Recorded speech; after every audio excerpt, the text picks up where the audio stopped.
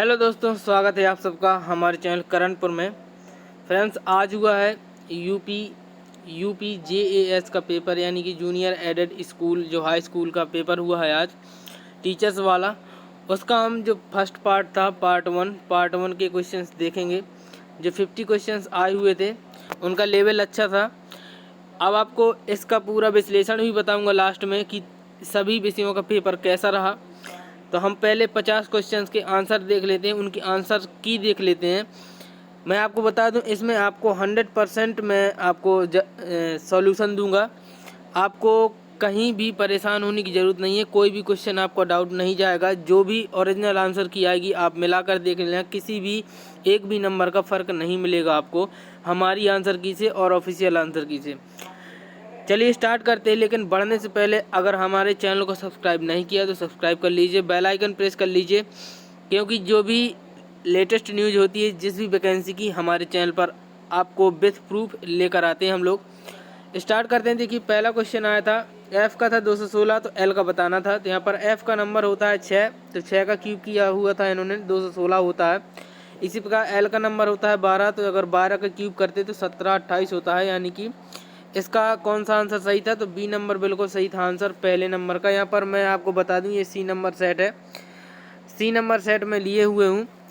अगला क्वेश्चन है दूसरा, सांकेतिक भाषा में गंगा को लिखा जाता था 711471, तो SARJU यानी कि सरजू को क्या लिखा जाएगा? यहाँ पर देखिए, जी का नंबर होता है 7, ए का नंबर होता है 1 और एन का नंबर होता है 14 और जी का फिर 7 होता है और ए का होता है 1। इस प्रकार से आपको निकाल लेना था। जैसे एस का नंबर होता है 19 के बाद ए का नंबर आता है 1, फिर आता है आपका आर का 18, तो इस प्रकार सी नंबर इसका बिल्कुल सही आंसर था। अगला क्वेश्चन है तीसरा क्वेश्चन है, 3 व्यक्ति, यहाँ पर देख लेते हैं और मैं आपको बड़ा कर देता हूँ। यहाँ पर देखिए, तीसरा क्वेश्चन है, एक व्यक्ति 8 किलोमीटर पश्चिम की ओर चलता है। तो यहाँ पर देखिए, हम अगर पश्चिम की तरफ 8 किलोमीटर चला देते हैं, फिर 6 किलोमीटर उत्तर की ओर चलता है, तो 6 किलोमीटर उत्तर की ओर चल गया, तो अब वो अपने स्थान से कितनी दूरी पर होगा? तो यहाँ से और यहाँ तक की दूरी, यानी ये वाली दूरी निकालनी थी आपको। पाइथागोरस प्रमेय लगा देना था, इसके बाद आपका आंसर आ जाता 10। इसका डी नंबर बिल्कुल सही आंसर है। किस नंबर का? तो तीसरे नंबर का डी आंसर बिल्कुल सही है। क्वेश्चन नंबर चौथा है, यहाँ पर देखिए, 2:30 पर दोनों सुइयाँ बीच में कितने अंश का कोण बनाएंगी? तो यहाँ पर इसका डी नंबर बिल्कुल सही है। आप लोग हिसाब लगा लीजिए, अगर घड़ी ये है तो यहाँ पर अगर 3 है, यहाँ पर 12 होता है, यहाँ पर 6, यहाँ पर 9, तो अगर 30 मिनट वाली सुई यहाँ पर होगी, तो अगर 2 पर है कोई सुई, जब तक 12 में होगी तो बिल्कुल सीधे होगी घंटे वाली, और जब आधे पे आ जाएगी तो वो भी आधा आ जाएगी, ठीक है। इसके बाद 3 खाने आएंगे तो 3, तो इसका मतलब 30 × 30, और जो ये वाला खाना होगा इसका आधा हो जाएगा 15, यानी कि 105। इसका डी नंबर सही है। अगर आपको सूत्र पता है तो आप सूत्र से भी लगा सकते हैं, वरना ऐसे भी लगा सकते हैं अगर आपको अंदाज़ा है। क्वेश्चन नंबर 5वां है, प्रयागराज का संबंध गंगा से था, तो अयोध्या का संबंध कहाँ से दिखाना था? तो सरयू, यानी कि ए नंबर इसका बिल्कुल सही आंसर था। क्वेश्चन नंबर 6 है दोस्तों, भारत के किस राज्य में वन के अंतर्गत क्षेत्र सबसे अधिक है? तो देखिए, सबसे अधिक क्षेत्र कहाँ है? तो अगर पाया जाए तो मध्य प्रदेश में सबसे अधिक क्षेत्र है। इसके बाद आता है आपका अरुणाचल प्रदेश का एरिया, जहाँ पर वन ज़्यादा है। क्वेश्चन नंबर 7वां आपके सामने है, निम्नलिखित में से कौन सी नदी डेल्टा नहीं बनाती? तो देखिए, जितनी भी पश्चिमी, यहाँ पर अगर इंडिया की बात करें तो जो पूरब में गिरती हैं जितनी भी नदियाँ, चाहे जो नदियाँ कृष्णा, गोदावरी, डेल्टा, महानदी, ब्रह्मपुत्र, गंगा, महानदी, कावेरी, जितनी भी पश्चिम की तरफ गिरती हैं नदियाँ, वो सब क्या बनाती हैं? डेल्टा बनाती हैं। और जो भी पश्चिम की तरफ जो गिरती हैं नदियाँ, जैसे आपकी ताप्ती हुई, नर्मदा हुई और माही हुई, जो भी नदी है वो सभी क्या बनाती हैं? एस्चुरी बनाती हैं। तो इसका बिल्कुल सही जवाब था, बी नंबर इसका सही आंसर था, यानी कि डेल्टा नहीं बनाती है, तो नर्मदा नहीं बनाती है। आपके सामने क्वेश्चन नंबर 8वां है, कैबिनेट मिशन भारत कब आया था? तो इसका बिल्कुल सही जवाब है ए नंबर, कैबिनेट मिशन भारत आया था मार्च 1946 को।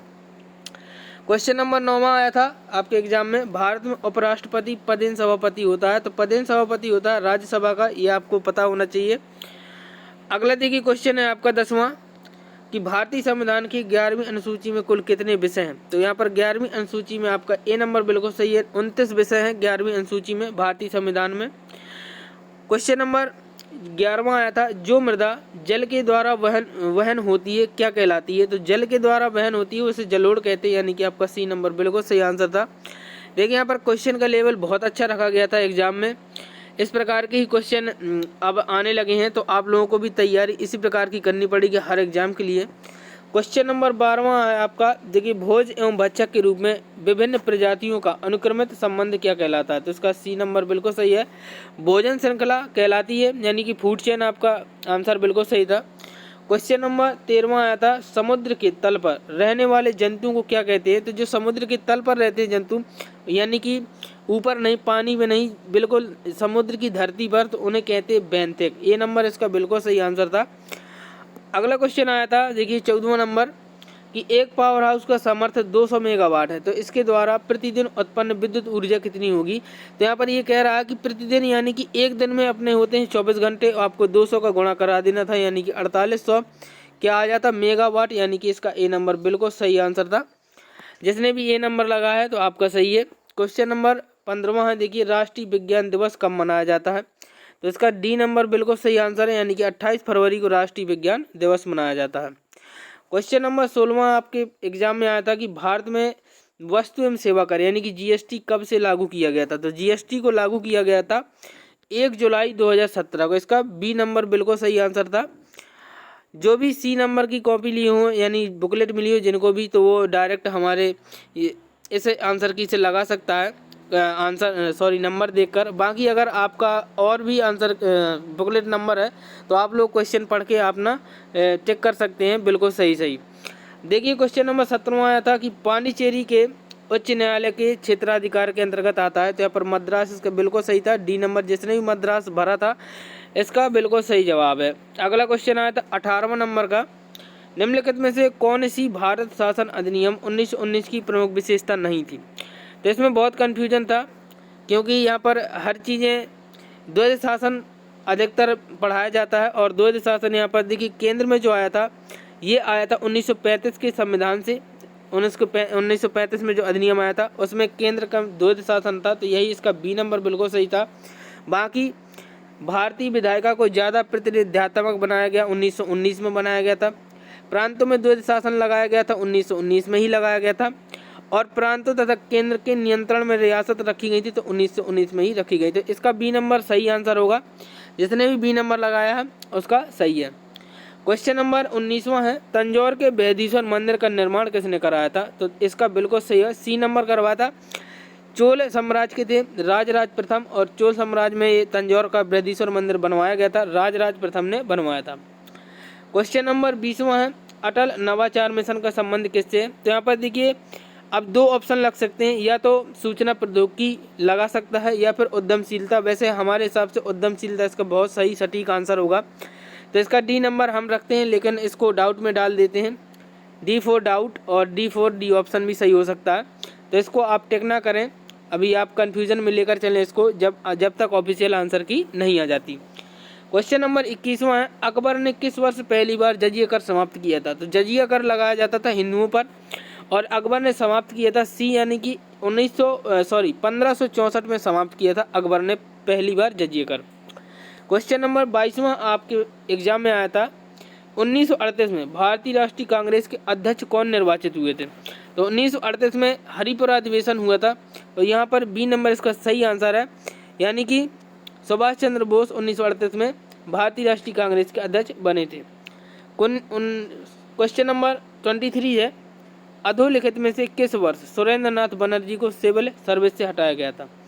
तो आपका ए नंबर इसमें बिल्कुल सही आंसर था, 1874 में हटाया गया था सुरेंद्र नाथ बनर्जी को सिविल सर्विसेज से।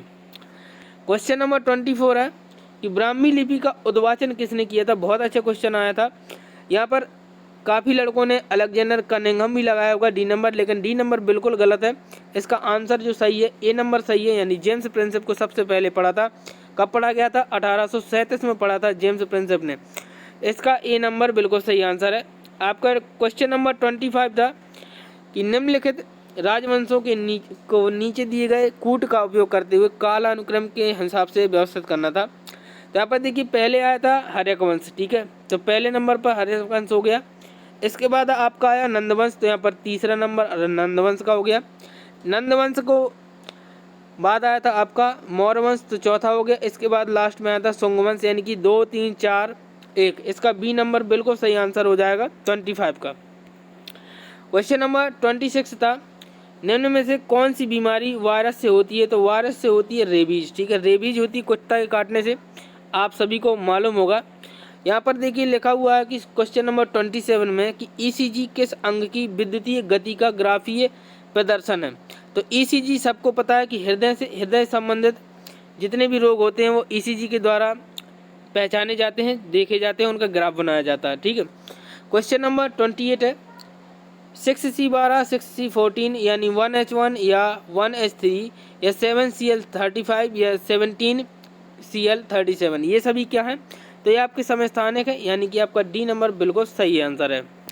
क्वेश्चन नंबर 29 है, निम्नलिखित में से कौन सा अम्ल टमाटर में उपस्थित होता है? तो देखिए टमाटर में तो वैसे ऑक्जेलिक अम्ल आप लोग पढ़ते आए हैं, ऑक्जेलिक अम्ल उपस्थित होता है, लेकिन यहाँ पर आपको हम बता दें कि जो सिट्रिक अम्ल और मैलिक अम्ल होता है, अगर सिट्रिक अम्ल और मैलिक अम्ल की अभिक्रिया करा दी जाती है तो वो ऑक्जेलिक अम्ल का निर्माण कर देती है, इसलिए इसका बिल्कुल सही आंसर होगा क्या? ए नंबर आंसर इसका बिल्कुल सही है। सिट्रिक अम्ल और मैलिक अम्ल जिन्होंने टिक किया उसका बिल्कुल सही है। अब देखिए क्वेश्चन नंबर जो 30वां है कि पेरिस में 21वां संयुक्त राष्ट्र जलवायु परिवर्तन शिखर सम्मेलन कब आयोजित हुआ? तो कोप, यहाँ पर पेरिस की बात कर रहा है, तो कोप 21वां जो हुआ था वो आपका डी नंबर इसका बिल्कुल सही आंसर है, 2015 में हुआ था कोप 21वां। अगर मैं गलत हूँ किसी भी क्वेश्चन में तो आप मुझे कमेंट बॉक्स में लिख सकते हैं कि सर ये आपने क्वेश्चन गलत करवा दिया, तो मैं आपको उसका डिस्क्रिप्शन भी दूंगा। अगर मैं गलत हूँगा तो आपका क्वेश्चन अगले वीडियो में सही होकर भी आ जाएगा। ठीक है, क्वेश्चन नंबर 31 है, 2011 में भारत की जनगणना विश्व की जनसंख्या कितने परसेंट थी? तो यहाँ पर इसका बिल्कुल सही जवाब है, ए नंबर बिल्कुल सही जवाब है। वैसे अगर एक्यूरेट की बात करें तो 7.7% थी, 7.7% थी, लेकिन इसमें 7.7% आंसर नहीं है, तो आपका नियरेस्ट आंसर हो जाएगा 17.5%। ए नंबर आपका बिल्कुल सही आंसर है इसका। क्वेश्चन नंबर 32 है आपके सामने कि कुमायूं हिमालय निम्न में से किन नदियों के बीच स्थित है? तो कुमायूं हिमालय ए नंबर बिल्कुल सही है, सतलज और काली नदी के बीच स्थित है कुमायूं हिमालय। क्वेश्चन नंबर 33 था आपके सामने कि हरित क्रांति के संबंध किससे था? हलवा क्वेश्चन था बिल्कुल। तो यहाँ पर खाद्यान्नों फसलों के उत्पादन से था। इसमें जिस फसल को सबसे ज़्यादा फायदा हुआ था वो थी गेहूं। किसी भी एग्जाम में पूछा जा सकता है, क्योंकि हरित क्रांति से रिलेटेड क्वेश्चंस हर एग्जाम में देखे जाते हैं। अब यहाँ पर सही 34वां नंबर है, भारत का कौन सा समुद्र तट प्रायः चक्रवात से प्रभावित रहता है? तो देखिए पश्चिम बंगाल और उड़ीसा दोनों तट प्रभावित रहते हैं। अब इसमें से आंसर जो सटीक लग रहा है वो ए नंबर हम अभी बता रहे हैं आपको, लेकिन अगर जिन्होंने पश्चिम बंगाल टिक किया है तो वो ऑफिशियल आंसर की आने तक ज़रूर इंतज़ार करें, शायद उनके हिसाब से पश्चिम बंगाल सही हो तो आपका एक नंबर और बढ़ जाएगा। क्वेश्चन नंबर 35 है, निम्नलिखित में से भारत का सबसे बड़ा रेल खंड कौन सा है? तो इसका बिल्कुल सही जवाब है डी नंबर, उत्तर रेलवे इसका सबसे बड़ा खंड है। डी नंबर आपका सही जवाब है 35 नंबर का। क्वेश्चन नंबर 36 है, जनगणना 2011 के अनुसार भारत में साक्षरता दर कितनी है? तो इसका सी नंबर बिल्कुल सही आंसर है, 74.04% है साक्षरता दर। क्वेश्चन नंबर 37 है, उत्तर प्रदेश के बजट 2021-22 के अंतर्गत मुख्यमंत्री समग्र संपदा विकास योजना के लिए कितना आवंटन दिया गया था? इसका सी नंबर बिल्कुल सही जवाब है, 1000 करोड़ रुपए का आवंटन दिया गया था मुख्यमंत्री समग्र संपदा विकास योजना के तहत। क्वेश्चन नंबर 38 है आपके सामने, निम्नलिखित में से मृदा अपरदन के कारक बताना है। यहाँ पर देखिए बहता हुआ पानी, अगर पानी बहेगा तो मिट्टी कटाव होगा, और समुद्र की लहरें, दोनों यहाँ पर सही आंसर था, यानी कि आपका डॉग नंबर बिल्कुल सही था, यानी कि ए और सी। क्वेश्चन नंबर अगला है यहाँ पर देखिए 39, जैव विविधता से संबंधित कथन थे। यहाँ पर आपको बताना था कि ये कौन कौन से आते हैं, तो इसका बी नंबर बिल्कुल सही था, यानी कि ए सभी आते हैं। जैव विविधता के अंतर्गत आनुवंशिक भिन्नताएं भी आती हैं, पृथ्वी पर उपस्थित सभी जैविक जातियाँ भी आती हैं, जैविक समुदायों की विभिन्नता भी आती है, और पारिस्थितिक तंत्र की विभिन्नताएं भी आती हैं। क्वेश्चन नंबर 40 नंबर का था, ध्वनि प्रदूषण की तीव्रता किस में मापते हैं? हलवा क्वेश्चन था, बी नंबर सही है, डेसिबल में मापते हैं ध्वनि प्रदूषण की तीव्रता को। क्वेश्चन नंबर 41 आपके सामने, निम्नलिखित में से कौन सा एक सुमेलित नहीं है? तो यहाँ पर देखिए, जो ये था एसिटिक अम्ल दही में पाया जाता है, बिल्कुल सही है। एस्कार्बिक अम्ल नींबू में पाया जाता है, विटामिन सी होता है। और माल्टोज का संबंध माल्ट से था। यहाँ पर देखिए फार्मिक अम्ल जो पाया जाता है वो चींटी में पाया जाता है, दूध में नहीं पाया जाता, इसलिए बी नंबर इसका बिल्कुल सही आंसर था, क्योंकि सुमेलित नहीं बताना था। क्वेश्चन नंबर 42वां है आपका, रक्षा मंत्रालय भारत सरकार द्वारा अगस्त 2020 में प्रारंभ किया गया सार्थक निम्नलिखित में से किससे संबंधित है? तो जो सार्थक का संबंध था वो ए नंबर सही है इसका, अपतटीय गश्ती जहाज सही है सार्थक। क्वेश्चन नंबर 43 आपके सामने आया हुआ था कि निम्न में से कौन भारत का पहला 100% जैविक केंद्र शासित प्रदेश बना? इसका सी नंबर बिल्कुल सही है, लक्षद्वीप बना है 100% जैविक केंद्र शासित प्रदेश। अगर प्रदेश की बात कर ली जाए तो सिक्किम इसका बिल्कुल सही आंसर होगा, अगर प्रदेश की बात की जाए तो सिक्किम सही आंसर होगा, ठीक है। और यहाँ पर केंद्र शासित प्रदेश की बात कर रहा है तो सी नंबर इसका सही है, लक्षद्वीप। क्वेश्चन नंबर 44 है यहाँ पर, इसका भी कालानुक्रम के हिसाब से बताना था। तो देखिए साइमन कमीशन की जो नियुक्ति हुई थी वो 27 में हुई थी और 28 में भारत में आ गया था, ठीक है। जलियांवाला बाग हत्याकांड हुआ था 1919 में। महात्मा गांधी की दांडी यात्रा हुई थी मार्च 1930 में। और जो फिरोज शाह मेहता की मृत्यु हो गई थी वो 1915 में हो गई थी। तो इसका सी नंबर बिल्कुल सही था, 4 2 1 3, ठीक है। क्वेश्चन नंबर 45 है, यहाँ पर देखिए हलवा क्वेश्चन था ये भी, निम्नलिखित नेताओं में से किसने क्रांतिकारी संगठन अभिनव भारत समाज की स्थापना की? तो इसका सही जवाब है डी नंबर, यानी कि बी डी सावरकर, यानी उनका पूरा नाम था विनायक दामोदर सावरकर। क्वेश्चन नंबर 46 आपके पेपर में आया था कि भारतीय केंद्र सरकार द्वारा प्रारंभ किया गया मिशन जो जल जीवन हर घर में एक नल का लक्ष्य सर्वप्रथम किस राज्य ने पूर्ण किया? तो इसका बिल्कुल सही है सी नंबर, गोवा, क्योंकि गोवा छोटा है, क्षेत्रफल में भी छोटा है, जनसंख्या भी कम है, इसलिए वहाँ पर जल्दी पूरा कर लिया गया। क्वेश्चन नंबर 47 है, भारत के किस राज्य में धार्मिक त्यौहार थाई पूसम मनाया जाता है? थाई पूसम मनाया जाता है, ए नंबर सही जवाब है, तमिलनाडु में मनाया जाता है। क्वेश्चन नंबर 48 है, किसानों की आय बढ़ाने हेतु किस राज्य ने किसान कल्याण मिशन का शुभारंभ किया? तो किसान कल्याण मिशन का शुभारंभ किया सी नंबर, यानी कि उत्तर प्रदेश ने। क्वेश्चन नंबर 49 है, वर्ष 2020 का बुकर पुरस्कार किस पुस्तक के लिए दिया गया? तो इसका बिल्कुल सही जवाब है सी नंबर, सग्गी बहन। क्वेश्चन नंबर 50 है, हाल ही में भारत और अफगानिस्तान की सहमति सहतूत बांध किस नदी पर निर्मित होगा? तो इसका डी नंबर बिल्कुल सही जवाब है, मैदान नदी। हालांकि ये काबुल नदी पर निर्मित है, लेकिन मैदान नदी काबुल नदी की सहायक नदी, इसलिए डी नंबर इसका सही जवाब है। मैदान नदी और काबुल नदी की दोनों के बीच में निर्मित है ये बांध, ठीक है दोस्तों। ये रहे आज के जो भी यूपी जूनियर एडेड टीचर का पेपर हुआ था उसका जो फर्स्ट पार्ट था आपका जीएस वाला, उसके सभी 50 क्वेश्चंस के आंसर मैंने बता दिए हैं। इसमें से 2 क्वेश्चन में लगभग डाउट है, वो आप लोग ऑफिशियल आंसर किसी चेक कर लेना। और 48 क्वेश्चन बिल्कुल 100% कन्फर्म है, आप लोग 48 में अपना आकलन कर सकते हैं। हालांकि ये जो फर्स्ट पार्ट था उसमें लेवल सही था, आपका मॉडरेट लेवल का आया था, ज़्यादा हार्ड नहीं था। तो आप कह सकते हैं कि जितने जो भी पढ़ने वाले होंगे वो 35 से 45 के बीच में ज़रूर इसमें अटैम्प्ट करके आए होंगे और उनके सही भी होंगे। अब अगर सेक्शनली बात कर ली जाए तो देखिए, अगर ओवरऑल देखा जाए जितने भी सेक्शन थे, यानी कि हिंदी के देख लिए जाए, हिंदी, इंग्लिश, संस्कृत, पहले इतना देखते हैं। तो हिंदी का भी जो पेपर आया था वो मॉडरेट लेवल का था। इंग्लिश का जो पेपर था वो भी मॉडरेट लेवल का था और संस्कृत का भी moderate level, low to moderate कह सकते हैं, मॉडरेट लेवल ही कह सकते हैं, ठीक है। अब बात की जाए अगर सोशल साइंस की, तो सोशल साइंस का भी ठीक था, मॉडरेट टू हाई हो सकता है, क्योंकि मैंने ज़्यादा गहनता से उसका अध्ययन नहीं किया है अभी, तो मॉडरेट टू हाई लेवल कह सकते हैं, ठीक है। लेकिन जो साइंस पोर्शन था, साइंस और आपका मैथ का, वो वाकई में टफ था। तो अगर मेरिट अलग अलग बनती है तब तो कोई दिक्कत नहीं है, सबको चांस मिलेंगे। जैसे कि हिंदी का अलग मेरिट बन जाए, इंग्लिश का अलग मेरिट बन जाए और आपका संस्कृत का अलग बन जाए, सोशल साइंस का अलग बने, मैथ का अलग बने। अगर मेरिट अलग अलग बनती है तो कोई दिक्कत नहीं है, क्योंकि पासिंग मार्क सबके लिए 90, SC OBC का 90 है और जनरल के लिए 97 है। तो यहाँ पर मुझे लगता है कि जो मैथ और साइंस वाले स्टूडेंट हैं, मैथ साइंस वाले उनका अटैम्प्ट बहुत कम गया होगा। अगर अटैम्प्ट वैसे तो अटैम्प्ट सबको ये 150 करके आया है, लेकिन जो एक्यूरेसी है वो कम हो गई होगी, क्योंकि थोड़ी टिपिकल था मैथ साइंस का जो पेपर था। अगर जिससे साइंस बन गया होगा उससे मैथ नहीं बना होगा, और जिससे मैथ बन गया उससे साइंस नहीं बना होगा, क्योंकि स्ट्रीम अलग अलग है। अगर जिसका मैथ स्ट्रीम रहा होगा उसका मैथ निकल गया होगा, लेकिन साइंस शायद ना बन पाया हो फुल, क्योंकि 60 क्वेश्चन साइंस का था और 40 क्वेश्चन मैथ का था। यहाँ पर दोनों को बराबर तरजीह देनी चाहिए, लेकिन जो पेपर बनाया हुआ था उसमें 40-60 का औसत था।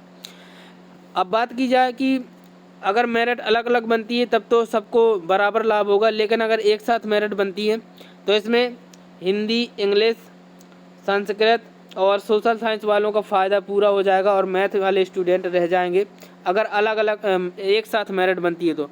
क्योंकि मेरे हिसाब से मैंने जितना सर्वेक्षण किया है, लड़कों से पूछा है, उनके आप ये समझ लीजिए 70% स्टूडेंट 90 क्रॉस नहीं कर पाएंगे। ये आप लिख कर ले लीजिए, 30% स्टूडेंट ही 90 क्रॉस कर पा रहे हैं जो मैथ साइंस के स्टूडेंट हैं। 30 से भी कम हो सकता है रेशियो, ये आप लोग भी आसपास अंदाज़ा लगा सकते हैं। और अगर आपको पता चल जाए तो मुझे कमेंट बॉक्स में ज़रूर बता देना कि आपकी बात सही है।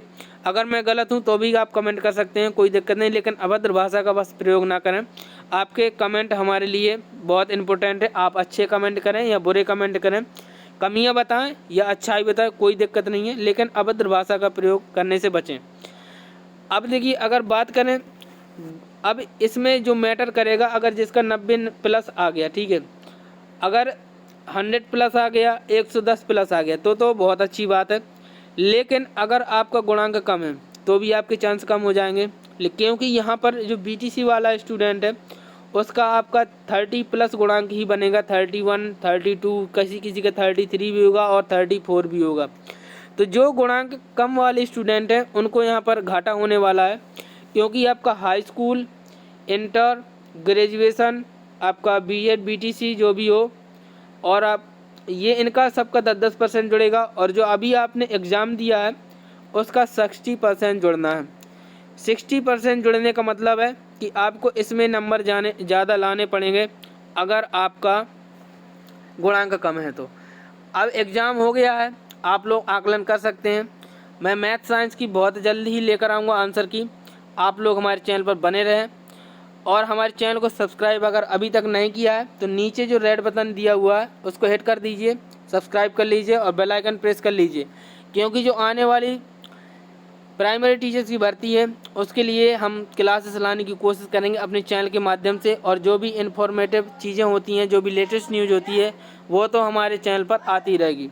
इस वीडियो में इतना ही। Thank you.